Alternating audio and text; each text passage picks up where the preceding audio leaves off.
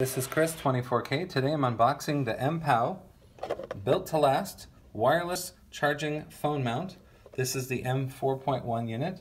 This has a telescoping piece right here, so you can adjust and move to however you need. And this is the suction cup on the bottom, and you can also adjust this piece as well.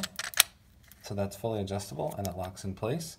And then you have the Qi wireless charging unit here. And this expands to hold your smartphone in place for wireless charging. And this does fast wireless charging up to 10 watts. So we like that. And then you have the included cable for the wireless Qi charger right here. That's the micro USB charger. And then they include the car charging piece here. It has two USB-A ports and it does up to 15 watts of power.